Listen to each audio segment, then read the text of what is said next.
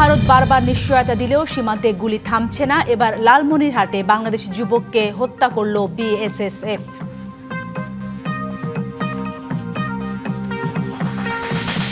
শাপলা চত্বর মামলায় গ্রেপ্তার দেখানো হলো দীপুমণি, মোজাম্মেল বাবু, ফিরজানা রূপাকে। সাংবাদিকতা করতে গিয়ে মানবতা বিরোধী অপরাধ বিরল, বলছেন আইনজীবী।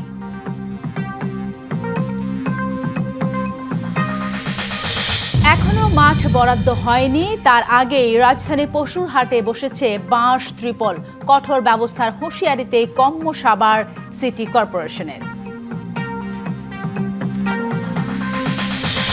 এবং সম্পর্কে নতুন দিগন্ত দেখছেন ট্রাম্প সি। গ্রেট হল অব দ্য পিপলে রুদ্ধদ্বার বৈঠকের পর দুই সুপার পাওয়ার নেতার একই সুর।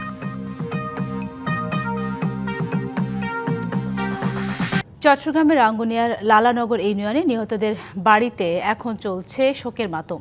সেখানে আছেন সহকর্মী মুজিবুল হক, সরাসরি চলে যাচ্ছি তার কাছে। মুজিবুল, 4 রেমিটেন্স যোদ্ধা, 4 ভাই এবং একই পরিবারের 4 সন্তানের এই আকস্মিক মৃত্যুতে পুরো পরিবার নিঃসন্দেহে শোকে বিহ্বল হয়ে পড়েছে। তারা আসলে বলার কোনো ভাষা নেই। আপনি এই মুহূর্তে সেখানে আছেন, পরিবারের সদস্যদের কারোর সাথে কথা বলার মতো সুযোগ হয়েছে কিনা, তারা কি বলছে জানাবেন। আর সেই সাথে আরেকটি বিষয় বলবেন, মরদেহের ময়নাতদন্ত প্রক্রিয়া সম্পন্ন হয়ে দেশে ফেরত আসতে কত সময় লাগতে পারে, সেই বিষয়ে কোনো তথ্য পেয়েছেন কিনা? সাথী, খুবই হৃদয় বিদারক একটি ঘটনা। যেই বাড়িতে আমরা এখন আছি বা বাড়িটির সামনে আছি, এই বাড়িটিতেই আসলে এই সময়টাতে একটি বিয়ের প্রস্তুতি হওয়ার কথা, বিয়ের সানায় বাজার কথা। আর সেখানে এখন তারা মরদেহের অপেক্ষা করছেন, অর্থাৎ তাদের যে স্বজনরা আছেন তারা আসলে বাইরে অপেক্ষা করছেন, বিদেশে বা ওমানে অন্যান্য যে স্বজনরা আছেন তাদের সাথে আসলে যোগাযোগ করবার চেষ্টা করছেন। যেটি বলছিলাম যে 4 ভাই একসাথেই, তারা মূলত 2 ভাইয়ের বিয়ের কথা হচ্ছিল এবং তারাই মূলত ওমানের যে মস্কাট অর্থাৎ রাজধানী থেকে কয়েক কিলোমিটার দূরে একটি শহরেই তারা আসলে মূলত বিয়ের যে বাজার সেটি তারা করতে যাচ্ছিলেন। সেখানেই মূলত প্রাথমিকভাবে যে ঘটনার কথা বলা হচ্ছে যে গাড়ির এসি যে বিষক্রিয়া, সেই ঘটনা থেকে মৃত্যুর কারণ আসলে প্রাথমিকভাবে বলা হচ্ছে। অথবা ওখানটাতে আরও যারা স্বজনরা থাকেন বা তাদের যারা প্রতিবেশীরা থাকেন তারা যেটি ধারণা করছেন যে এর আগে কয়েক ঘন্টা আগেই আরেকজন তাদের বন্ধু বাসায় তারা খেয়েছিলেন, সেই খাবার থেকেও বিষক্রিয়ার ঘটনা ঘটতে পারে, এরকম একটি অর্থাৎ নানান ধরনের বক্তব্য মন্তব্য আমরা পাচ্ছি। তবে তারা দাবি করছেন যে ঘটনার প্রকৃত কারণ যাতে অনুসন্ধান করে তার আত্মীয় স্বজনদের কাছে তাদের যে মরদেহগুলো তারা সেইগুলো যাতে শীঘ্রই ফেরত আসে সেইটি আসলে তারা নিশ্চিত করবার চেষ্টা করছেন। এখন পর্যন্ত ঠিক কবে নাগাদ দেশে মরদেহ আসবে সেটি বাংলাদেশ দূতাবাস এবং সেখানে ওমানে যে বাংলাদেশ দূতাবাস এবং বাংলাদেশ সরকারের একটি সমন্বিত প্রচেষ্টার ব্যাপার, সেটি সম্পর্কে এখন আমরা সুনিশ্চিত করে কোনো তথ্য আসলে জানতে পারিনি।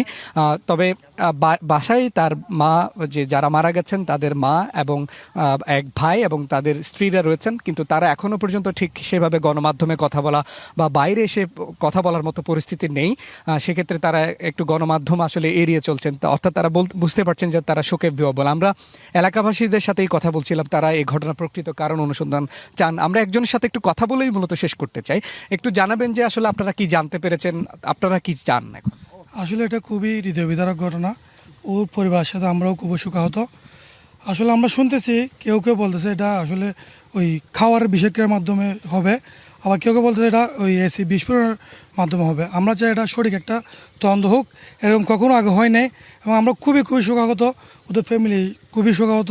আমরা চাই সঠিক একটা তদন্ত হোক, সঠিক তদন্ত হয়ে এটা বিস্তারিত মানে সঠিকভাবে সব কিছু জানাক। সাথী, শুনছিলেন যে এখানকার যারা স্থানীয়রা আছেন, প্রতিবেশীরা আছেন, তারা এই ঘটনার প্রকৃত কারণ আসলে তারা জানতে চান। সবশেষ যেটি বলতে চাই যে এই ঘটনায় যারা 4 জন ছিলেন, তারা 4 জন আসলে তাদের নিজ নিজ ব্যবসা প্রতিষ্ঠান তারা সেখানে চালাতেন এবং তার পরিবারের আসলে একমাত্র আয়ের উৎস ছিলেন। তো মোটা দাগে বলা চলে যে তাদেরকে হারানোর পরেই পুরো পরিবারটি আসলে এক প্রকার নিঃস্ব হয়ে গেছে। তো সব মিলিয়েও এই এলাকায় এখন শোকের ছায়া নেমে এসেছে। তারা চান যে শীঘ্রই যাতে মরদেহগুলো দেশে ফেরত আসে। তো এই ছিল চট্টগ্রামের খবরাখবর। ধন্যবাদ আপনাকে।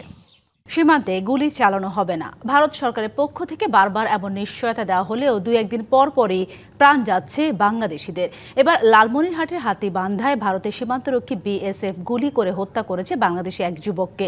নিহতের নাম খাদেমুল। ভোরে হাতীবান্ধা উপজেলা গোতামারি ইউনিয়নের আমঝোল সীমান্তে এই ঘটনা ঘটে। খাদেমুল সহ কয়েকজন সীমান্তের কাঁটা তারের বেড়ার কাছে গেলে বিএসএফের পাগলামারি ক্যাম্পের টহল দল তাদের লক্ষ্য করে গুলি ছোঁড়ে। খাদেমুলের মুখে, বুক ও মাথায় গুলি লাগে। গুরুতর আহত অবস্থায় রংপুরের ডক্টরস ক্লিনিকে নিয়ে যান সঙ্গীরা।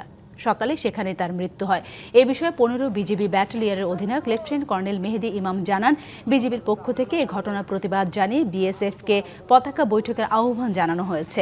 এর আগে গেল শুক্রবার ব্রাহ্মণবাড়িয়ার কসবা সীমান্তে বিএসএফ এর গুলিতে নিহত হয় কলেজ শিক্ষার্থীসহ 2 বাংলাদেশি। সাংবাদিকরা সাংবাদিকতা করতে গিয়ে মানবতা বিরোধী অপরাধ করেছে, এমন ঘটনা বিরল বলে মন্তব্য করেছেন শাপলা চত্বর হত্যাকাণ্ডের আসামি পক্ষের আইনজীবী। তবে ভুল প্রতিবেদনের জন্য যে কেউ সমান অপরাধী বলে মনে করেন চিফ প্রসিকিউটর। শাপলা চত্বর হত্যাকাণ্ডের ঘটনায় করা মানবতা বিরোধী অপরাধের মামলায় সাংবাদিক মোজাম্মেল বাবু, ফিরজানা রূপা ও সাবেক মন্ত্রী ডাক্তার দীপু মনিকে গ্রেপ্তার দেখিয়ে কারাগারে পাঠানোর পর এসব কথা বলেন তারা। বৃহস্পতিবার বিচারপতি গোলাম মর্তুজা মজুমদারের নেতৃত্বাধীন ট্রাইব্যুনাল 1 থেকে এ নির্দেশ দেওয়া হয়। এর আগে সকালে এই 3 জনকে ট্রাইব্যুনালে হাজির করা হয়। তাদের বিরুদ্ধে শাপলা হত্যাকাণ্ডের পরিকল্পনা ও প্রকৃত ঘটনা আড়ালের অভিযোগ রয়েছে। এই মামলায় আগামী 7 জুন তদন্ত প্রতিবেদন জমা দেবে প্রসিকিউশন। 2013 সালে 5 মে রাজধানী মতিঝিলের শাপলা চত্বরে হেফাজতে ইসলামের মহাসমাবেশ ঘিরে হত্যার ঘটনায় করা মামলায় সে সময় প্রধানমন্ত্রী শেখ হাসিনা সহ সরকারের নীতি নির্ধারক ও আইন শৃঙ্খলা বাহিনীর ঊর্ধ্বতন কর্মকর্তারাও আসামি হতে পারেন বলে জানায় প্রসিকিউশন। গণমাধ্যমের লোক হিসেবে ওনারা ওনাদের দায়িত্ব পালন করেছেন এবং সেই দায়িত্ব পালন করতে গিয়ে ওনারা এখন এত বছর পরে ওনাদেরকে সেই ঘটনার যেই মামলা হয়েছে ঘটনাকে কেন্দ্র করে সেই মামলাতে অভিযুক্ত করা হয়েছে। তার বিরুদ্ধে যে অভিযোগটা আপাতত পাওয়া যাচ্ছে যে তিনি এই পরিকল্পনার সাথে জড়িত ছিলেন, পরবর্তীতে সমীকরণ রিপোর্টের মধ্য দিয়ে এটা সুস্পষ্টভাবে প্রতীয়মান হয়েছে। সেইটা আমরা বলছি যে আমরা যদি তার সেখানে যদি কোনো অ্যাবেটমেন্টের মধ্যে যদি তাকে না পাওয়া যায়, কোনো কনস্পিরেসির মধ্যে যদি না পাওয়া যায়, তিনি বেনিফিট পাবেন। বিকেল নামলেই যে মাঠে ভেসে আসতো শিশুদের কলতান আর খেলাধুলার সরগরম আনন্দ, সেখানে এখন বাঁশ ত্রিপল তৈরির ব্যস্ততা। ঈদুল আজহাকে সামনে রেখে পশুর হাট বসাতে রাজধানীতে সিটি কর্পোরেশনের বরাদ্দের আগেই শুরু হয়ে গেছে প্রস্তুতি। আর সেই প্রস্তুতিতে কমে যাচ্ছে শিশুদের খেলার জায়গা, বাড়ছে নগরবাসীর ভোগান্তি। যদিও প্রশাসন বলছে নিয়ম ভঙ্গ করলে কঠোর ব্যবস্থা নেওয়া হবে। তেজগাঁও পলিটেকনিক ইনস্টিটিউট মাঠ কিছুদিন আগেও যেখানে ফুটবল আর ক্রিকেটে মেতে থাকতো শিশুরা, বরাদ্দের আগেই হাট তৈরির কাজ শুরু হয়ে যাওয়ায় এখন সেই মাঠে গড়াচ্ছে না বল। ঢাকা উত্তর সিটির এই হাটের সর্বোচ্চ দরদাতা শিকদার এন্টারপ্রাইজ। তবে এখনও চূড়ান্ত চুক্তি হয়নি, তার আগেই শুরু হয়েছে হাট তৈরির কাজ। এই হাট সবসময় মাঠ ছাপিয়ে আশেপাশের সড়কও দখল করে ফেলে। সরকারের কঠোর নির্দেশনা থাকায় এবার তা কতদূর ছড়ায় তাও দেখার অপেক্ষায় এলাকার মানুষও। একই চিত্র আমুলিয়া আর গ্রিন বনশ্রী এলাকাতেও। মাঠ আর খোলা জায়গায় ধীরে ধীরে রূপ নিচ্ছে অস্থায়ী পশুর হাটে। তথ্য বলছে এবার ঢাকা উত্তরের 15টি আর দক্ষিণে 11টি অস্থায়ী পশুর হাট বসছে। তবে সব হাটের টেন্ডার প্রক্রিয়া এখনো শেষ হয়নি। বিশেষজ্ঞরা বলছেন নির্ধারিত সময়ের আগেই প্রস্তুতি শুরু করা ইজারার শর্তভঙ্গ।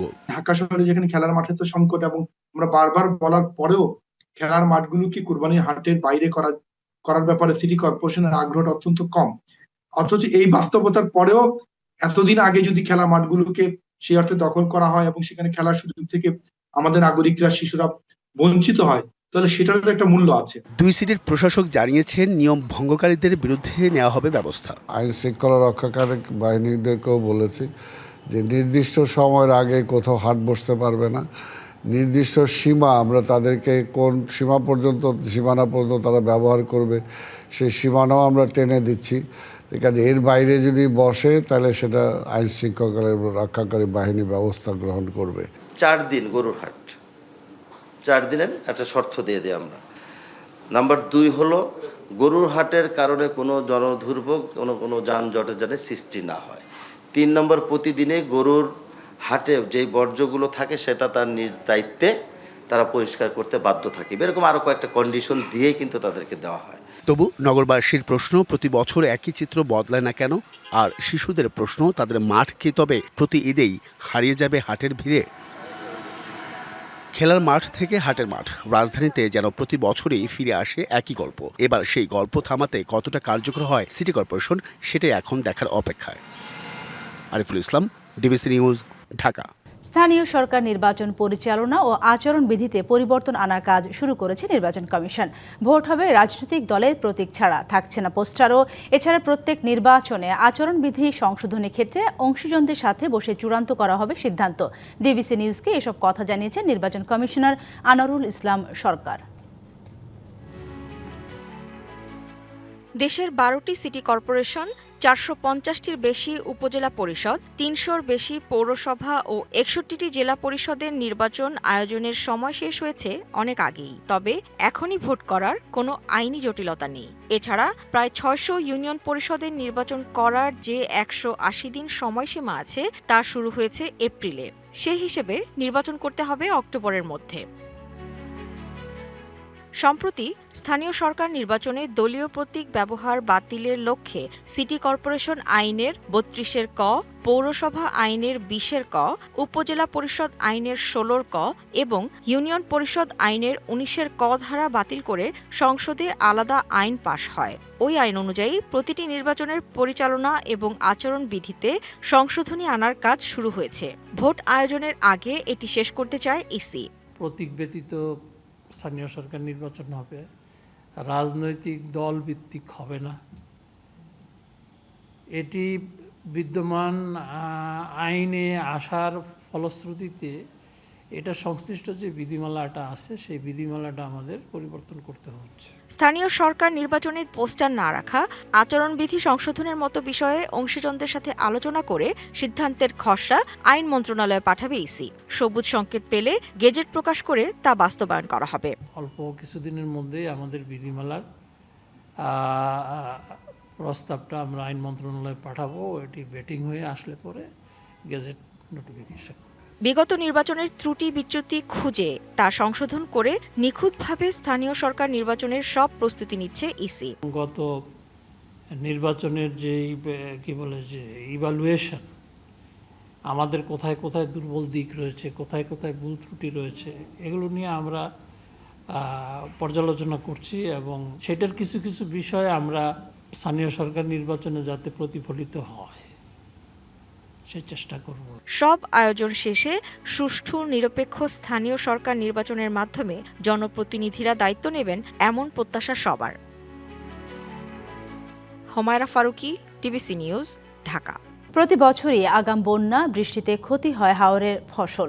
প্রতি বছরই কৃষকের অসহায়ত্ব বড় ঘটনা হয়ে দেখা দেয়। তাই ফসল রক্ষায় হাওর নিয়ে নতুন করে পরিকল্পনার পরামর্শ দিয়েছেন বিশেষজ্ঞরা।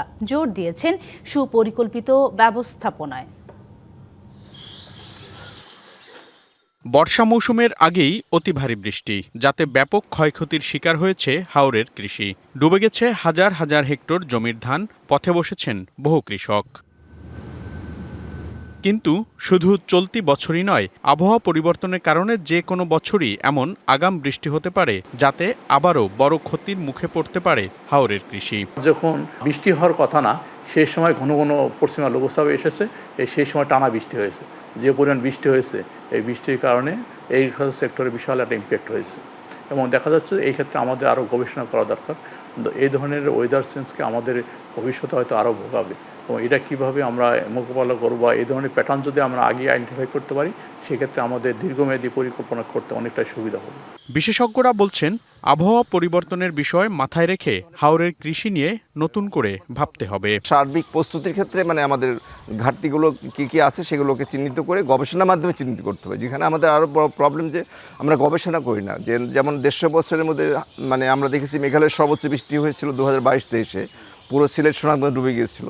কিন্তু এরপরে আমরা দেখলাম যে এবার কিন্তু সেই মেঘালয়ের বৃষ্টিতে কিন্তু আবার আমরা ডুবলাম। হাওরে দুর্যোগকালীন পরিস্থিতি মোকাবিলায় পরিকল্পিত ব্যবস্থাপনার ওপরও জোর দিয়েছেন বিশেষজ্ঞরা। কাঠামোগত পরিকল্পনার ত্রুটি যেগুলো, সেগুলোকে ইমিডিয়েটলি সেগুলোকে অ্যাড্রেস করতে হবে, যাতে করে পানিগুলো নেমে যেতে পারে দ্রুত। আর একটা হলো যে আমাদের বিভিন্ন প্রযুক্তিগত সহায়তার মাধ্যমে যান্ত্রিক যে আমাদের সমস্যাগুলো রয়েছে সেগুলোও কিন্তু সমাধান করতে হবে। চলতি বছর বৃষ্টি ও উজানের ঢলে এরই মধ্যে হাওরে ক্ষতির পরিমাণ দাঁড়িয়েছে হাজার কোটি টাকারও উপরে, যা বাড়তে পারে আরও। মনিরুল সোহাগ, ডিবিসি নিউজ, ঢাকা।